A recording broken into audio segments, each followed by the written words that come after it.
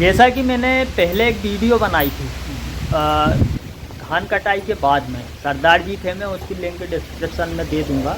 मैंने उसमें बताया था कि धान की जो पराली रहती है 1 टन पराली, या फिर मान के चलें 1 हेक्टेयर की पराली, तो उस हेक्टेयर 1 हेक्टेयर की पराली में भाई साहब लगभग 400 किलोग्राम के लगभग में कार्बन रहता है, जैसे हम जला देते हैं। उसके बाद में 25 किलोग्राम हमें पोटेशियम मिलता है, जो कि पोटेशियम जड़ वृद्धि कराने से लेकर पौधे को तंदुरुस्त और मोटा करने, तना मोटा करने तक के काम में आता है।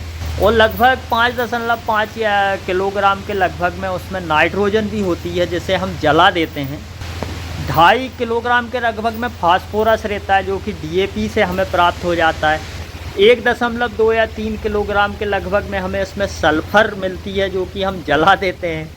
इसके अलावा भी silica, zinc, calcium, magnesium, iron, इस प्रकार के बहुत सारे सूक्ष्म पोषक तत्व, द्वितीयक पोषक तत्व भी रहते हैं। तो भाई साहब, आपने जो पूछा था कि धान को हम हाइट रोक के कल्ले ज़्यादा कैसे करें, तो अब हम उस पर चर्चा करते हैं।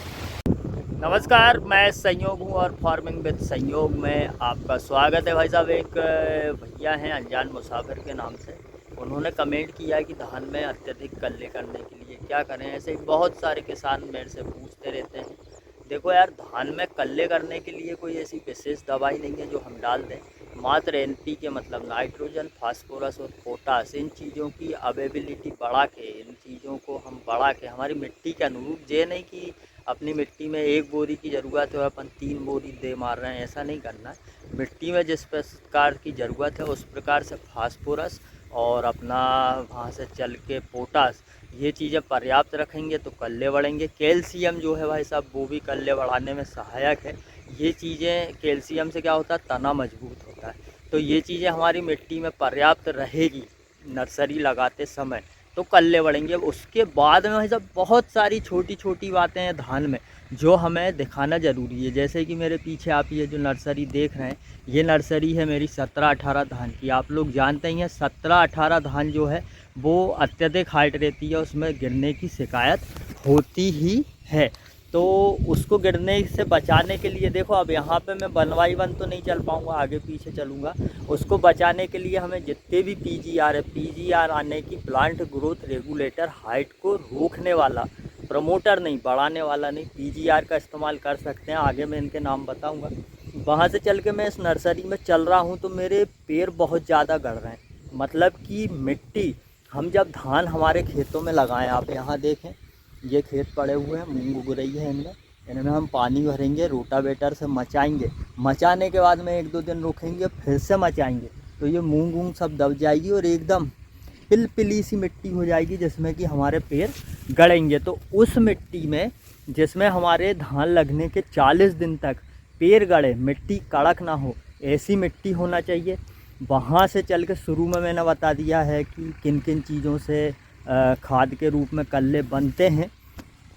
दूसरी बात, जैसे कि मैंने मेरे पीछे बताया कि ये 21 दिन की नर्सरी हो चुकी है, ऐसे ही धान जो है, जैसे कि 17-18 धान जो है ये 120 दिन में पक के कंप्लीट हो जाती है ना। तो 17-18 धान की नर्सरी हमें 16 से लेके 25 दिन के अंदर अंदर में ट्रांसप्लांट कर देना चाहिए खेत के अंदर, नर्सरी से उखाड़ के। ऐसे ही कुछ वैरायटियाँ 130 दिन से 140 दिन की आती है, तो उनको भी 25 से 28-30 दिन के अंदर अंदर बिल्कुल खेत में डाल देना चाहिए। नर्सरी यहाँ जितनी बड़ी होगी, जैसे कि अगर ये 30 दिन की हो जाएगी, 35 दिन की हो जाएगी, फिर हम इसका ट्रांसप्लांटिंग करेंगे, तो भाई साहब ये जो नर्सरी है ये बहुत कम कल्ले करेगी। छोटा पौधा रहेगा, कल्ले अधिक करेगी। उसके बाद में अब हम आगे बढ़ते हैं। जब हम रोपा लगाते हैं तो रोपा लगाते समय क्या करते हैं, कुछ लगाने वाले बहुत गहरा गड़ा देते हैं, तो कुछ बिल्कुल नीचे ऊपर ही रख लेते हैं उसको ट्रांसप्लांटिंग करते समय। तो उसको भाई साहब ज़्यादा गहरा भी नहीं लगाना है, ज़्यादा ऊपर भी नहीं लगाना है, मात्र 1 से आधा इंच के लगभग में इसको लगाना है। क्योंकि धान की जड़ें आपने देखी होगी गहराई में नहीं जाती है, बगल में फैलती है। धान की जड़ बगल में जितनी ज़्यादा फैलेगी उतनी ज़्यादा आपके कल्ले बनेंगे, पर वो फैलेगी कैसे, क्योंकि मिट्टी तो मची हुई रहती है, फिर धीरे से कड़क हो जाती है। तो इसमें आपके खेत कंप्यूटर लेवल होना चाहिए। पानी जो है मात्र आधा इंच के लगभग में भरे रहना चाहिए। ज़्यादा अपने को आधा फुट या बहुत जिन गड्ढों में पानी भरा रहता है ना, वैसे भर के भी नहीं रखना है। यूरिया की याद आ गई। यूरिया जो है भाई साहब, यूरिया क्या करते हैं किसान, 3-3 4-4 कट्टी और अच्छा दिल से भर भर के देते हैं, फिर वो बढ़ जाती है।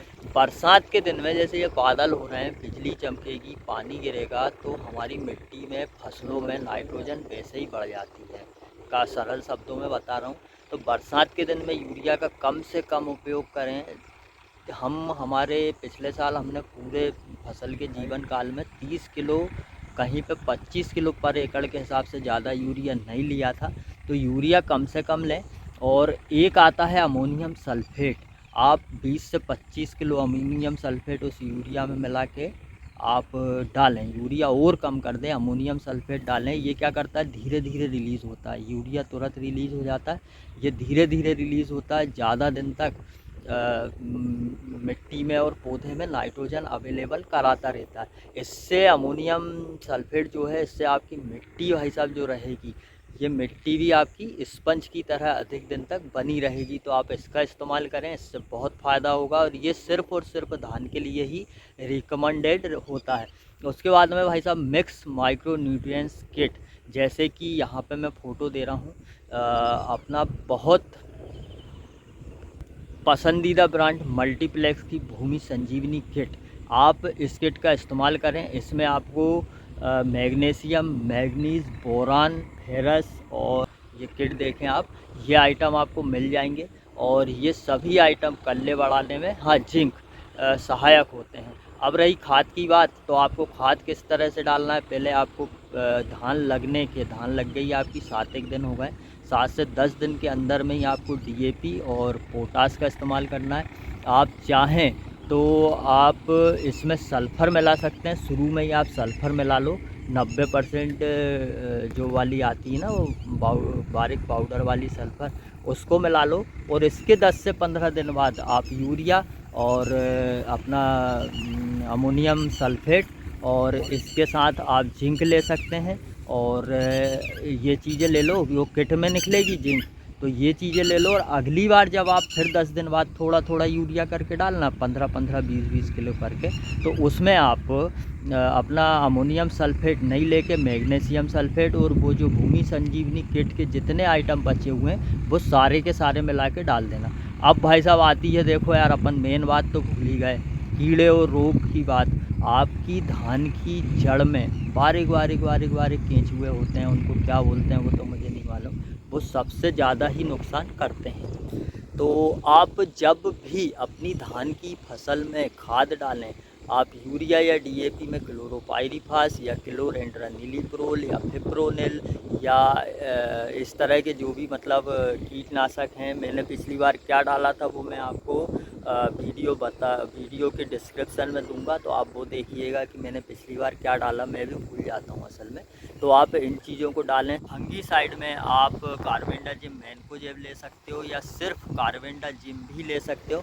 जिन खेतों में बकानी की समस्या है, या जैसे कि पूसा की 1886 वेराइटियाँ जिनने लगाई है, बकानी की दिक्कत रहती है, तो आप जब भी डालो आप कार्बेंडाजिम मैनकोजेब का इसमें छिड़काव करते रहें।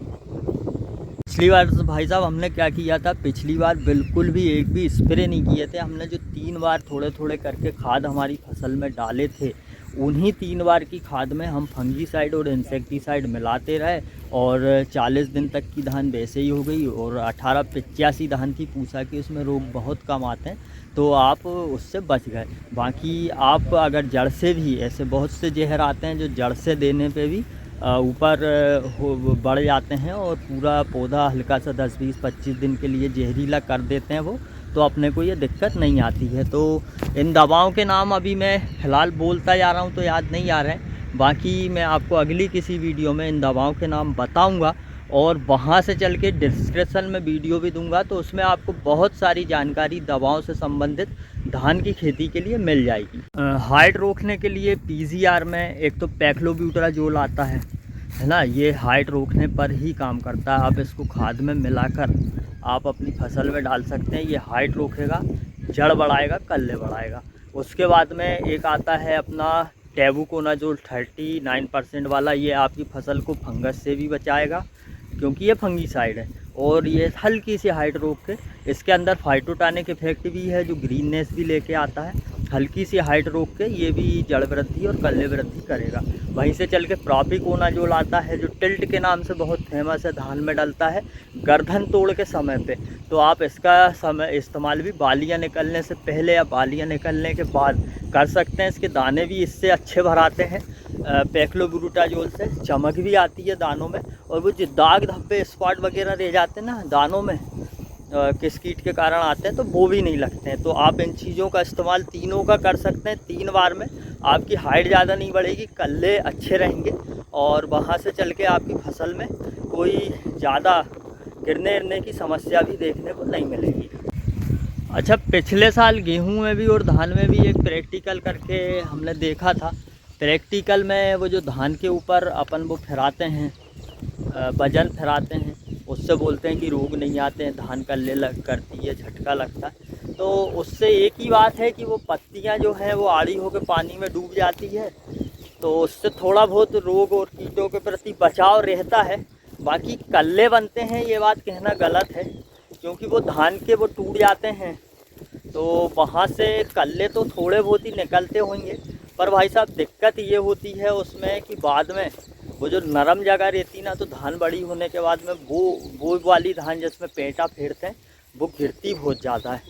इसके अलावा आप चाहें तो खेत में लेबर फिरवा सकते हैं 20 से 25-30 दिन के अंदर में, चारा हो या ना हो लेबर फिरवा दो। लेबर फिरवाओगे ना तो क्या होता है, ये इसमें मिट्टी में पेड़ गड़ता है, फिर वो वापस निकलेगा, फिर गड़ेगा, फिर निकलेगा। और धान की जो जड़ें हैं वो क्या है बगल में फैलती है, तो वो जड़ों को भी झटका लगेगा, वो पाँव से लग के गहराई में जाएगी, फिर ऊपर आएगी।